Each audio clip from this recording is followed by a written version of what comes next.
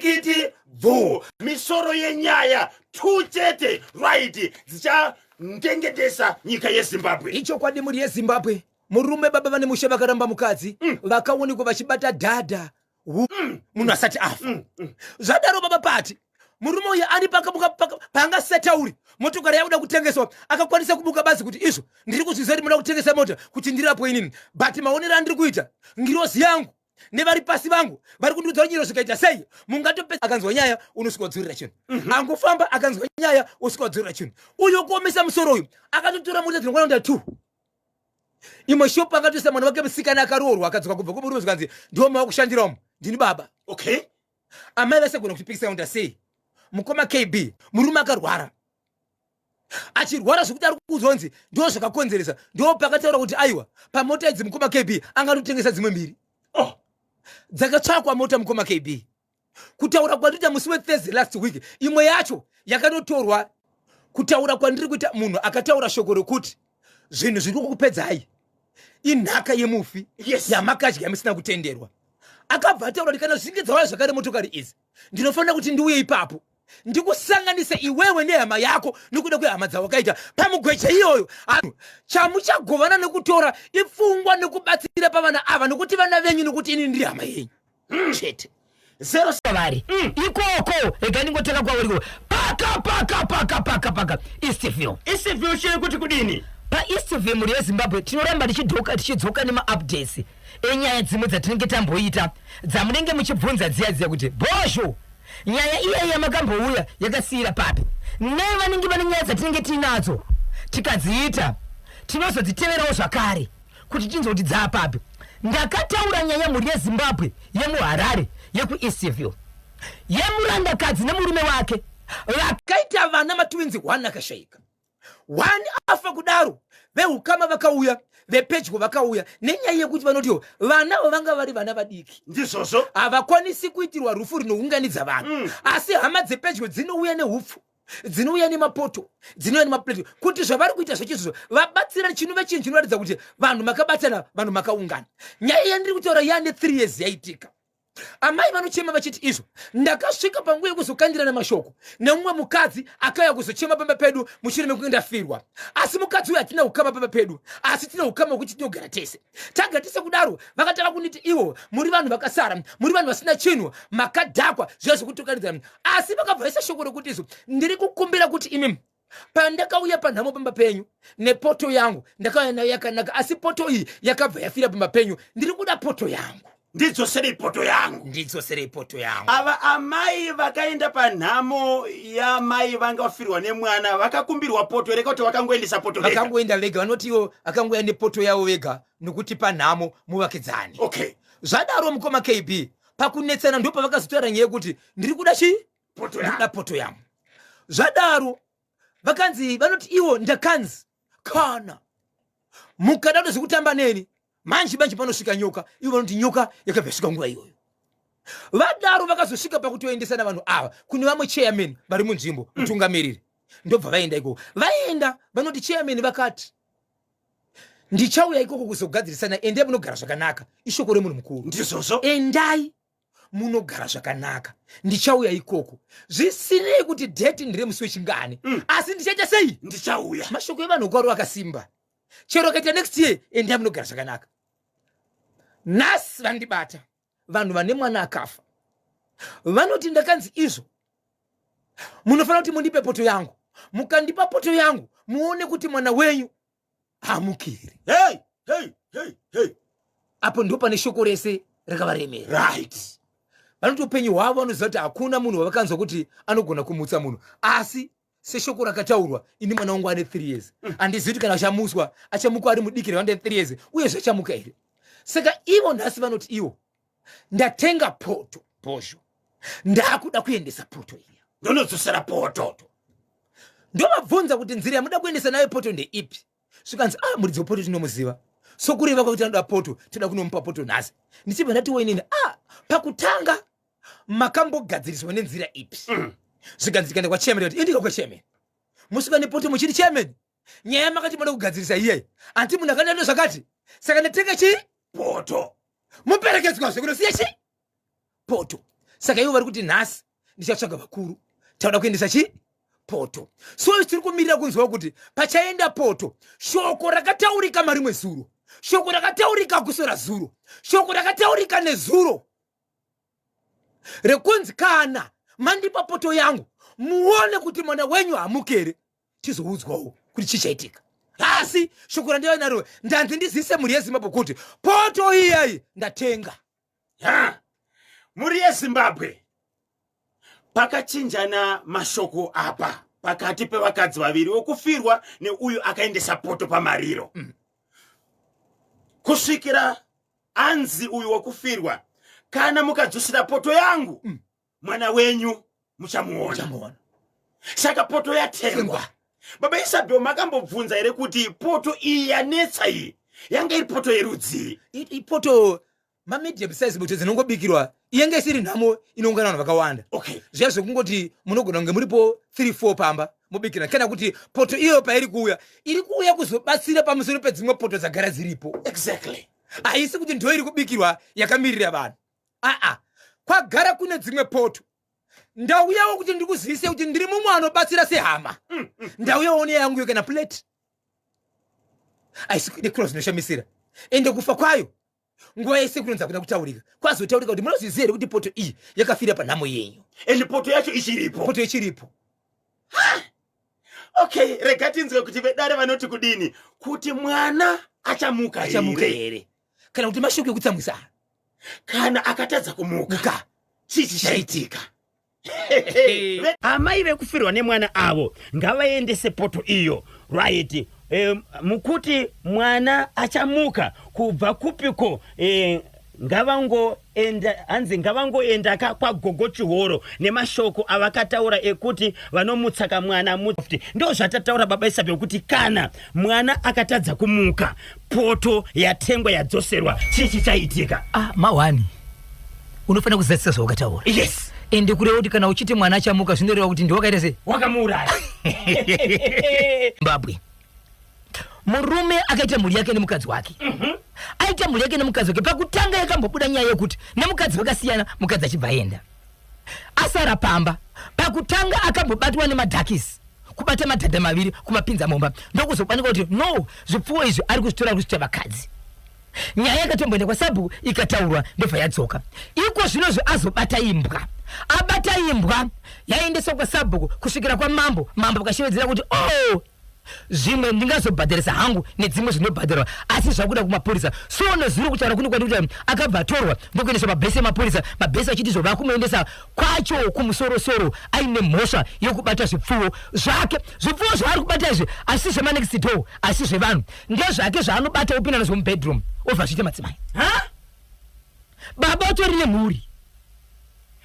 Baba ava vane mhuri yakura sei? Vatori nevana, vatori vana vanotoenda kuchikoro vakutotumika nemudzimai asi mudzimai akaenda.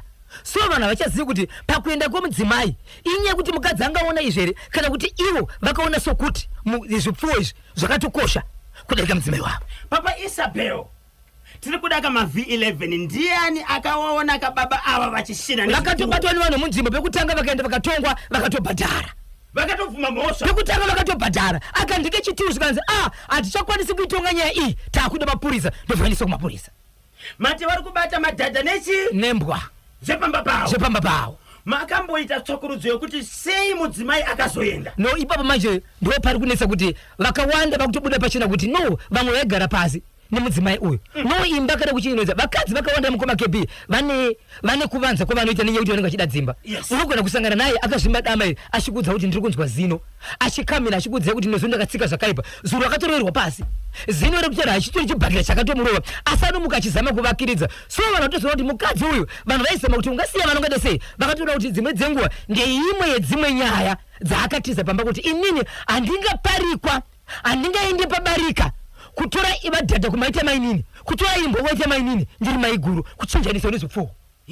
Pakaipa vana vakaenda naamai here kana kuti vana baba? Vamwe vakaenda vamwe vakasara papapo nokuti vamwe vakura kusvika papo nokuti kana murume kana kuti baba vane pfungwa dzakadai dzokudaka kushina nezvipfuwo. Vatori nevana vari kusekondari level kuri vati vatori vaberekiwo vana vatori vabereki. regai timbonzwa kuti vedare vanoti kudini ingopfapfaidzai chedna test tobva tapindaka muchitoro nevasawira vedu vefreecon solar. Ichokwadi muri yeZimbabwe. Regai ndikuudzei kuti muri yeZimbabwe ndakataura nyaya yegwagutu yekuti zvekune murume afa angaine mukadzi wake nevana vanokwana kuita vana. Pavana vanokwana kuita vana apa mwana uyu akatofawo atombofirwawo nemwana wake achibva azofa. Vanhu vandiri kutaura muri yeZimbabwe vari munzvimbo yekwagutu, asi vanhu vakazopikisana mushure mekuti mutumbi paukatora wakuda kunovigwa pane vanhu vakasvika parufu guva ratocherwa vakati makasa. Pakatumwa muzukurukadzi akasvika kuvanhu vanga vakachera guva zvikanzi ndiri kukumbirawo sabhuku mundiudzirewo vanhu ava kuti ngavamire kuchera guva. Chikonzero munhu warida kuviga apa havasi wavo ndewe kwedu. Ndobva paita kutaura zvikanzi izvo hatitauri mutumbi wakamira chikonzero. Nyika inoti akafa ane kodzero dzake. Yes. Kana achinge afa mutumbi unoiswa pakanaka, unoiswa mumoshari. Kana wabva mumoshari unofanira kuti uvigwe nokuti une kodzero dzawo. Ndizvozvo Nguva yakaita mashoko mutumbi wakatorwa uchibva wadzorerwa kumoshari. Wadzorerwa kumoshari muri yeZimbabwe munozviziva kuti hakuchengetwi chete kunobhadharwa. Right. Vanhu vakaenda kunomisa guva kuti munhu asavigwe mwana wekumba kwedu ndo vanga vachibhadhara kuphala mutumbi uri kumochwari nokuti ndo vamisa munhu guva rakacherwa apa. Zvadaro muri yeZimbabwe mafamilies maviri baba vakakura vachigara nemwana uyu na baba vakazoti musaviga mwana uyu mwana wangu. Vanogara masabhuku akasiyana, vanogara madzisha akasiyana. Mambo vachibva kuti guva kana chinge yakadai rinofanira kuti ribhadharwe, asi imboendesai munoita ma-DNA test. Regai ndikuudzei muri yeZimbabwe ndakakwanisa kutaura nemuzukuru wedii rakanoti makasa mirai kuviga munhu ndewedu. Vanhu vakanga vachigara nemwana, family yanga ichigara nemwana, yakakura ichigara nemwana, mwana uyu achitogara mufamily iyi akatokura achiti ndo baba vangu ende amai vake ndo pana baba vari kugara. Ndo vakanzi ndimi muchabhadhara DNA test. Vakabhadhara yababa ava nebaba ava nemwana ndokubva vabhadhara kudaro ndo vane motokari vakanzi tsvagai mota inotitakura kutiendesa kuma-DNA test nokuti ndima waya muchikanganisa zvinhu zvedu. Right. Ndokubva vabhadhara ma-DNA test akabuda musi weFriday.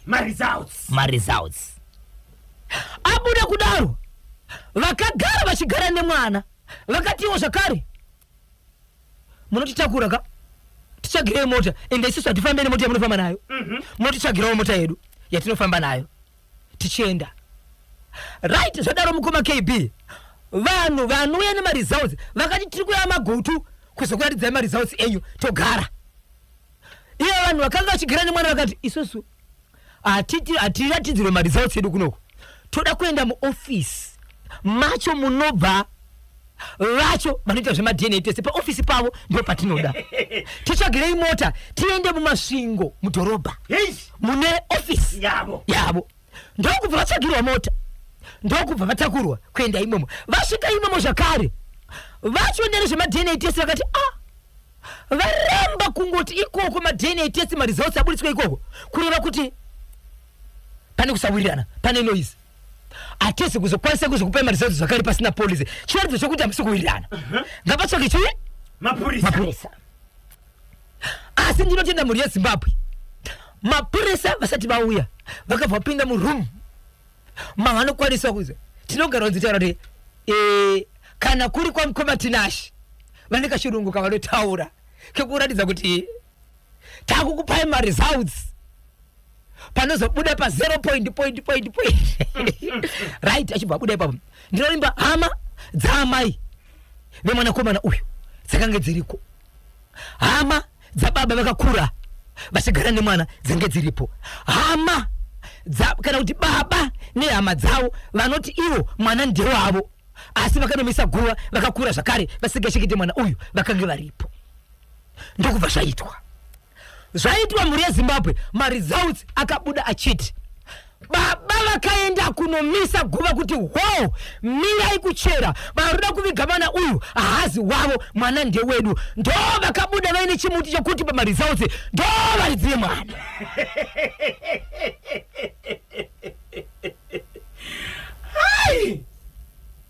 Pabuda kudaro vane mwana vaive vanova ndivo vakanga vachera guva vanova ndivo vakakura vachigara nemwana vachibva kuti wangu tazvinzwa but tamunobvunza hama dzedu kuti ane zvipfumo ndizvo here izvi kana kuti tiita zvimwe zvakare. Nhasi mashoko zvakare mukoma KB azobuda kuti veukama vaya vakakura vachigara nemwana nokuti kwaro kumba kwavo vakanga vakatochera guva risati yafutsirwa raida kuvigomana komana uyu asi asati yafutsirwa ende hakuchisirwa kwakuenda chitura nokuti maresults aramba kuenda ikoko.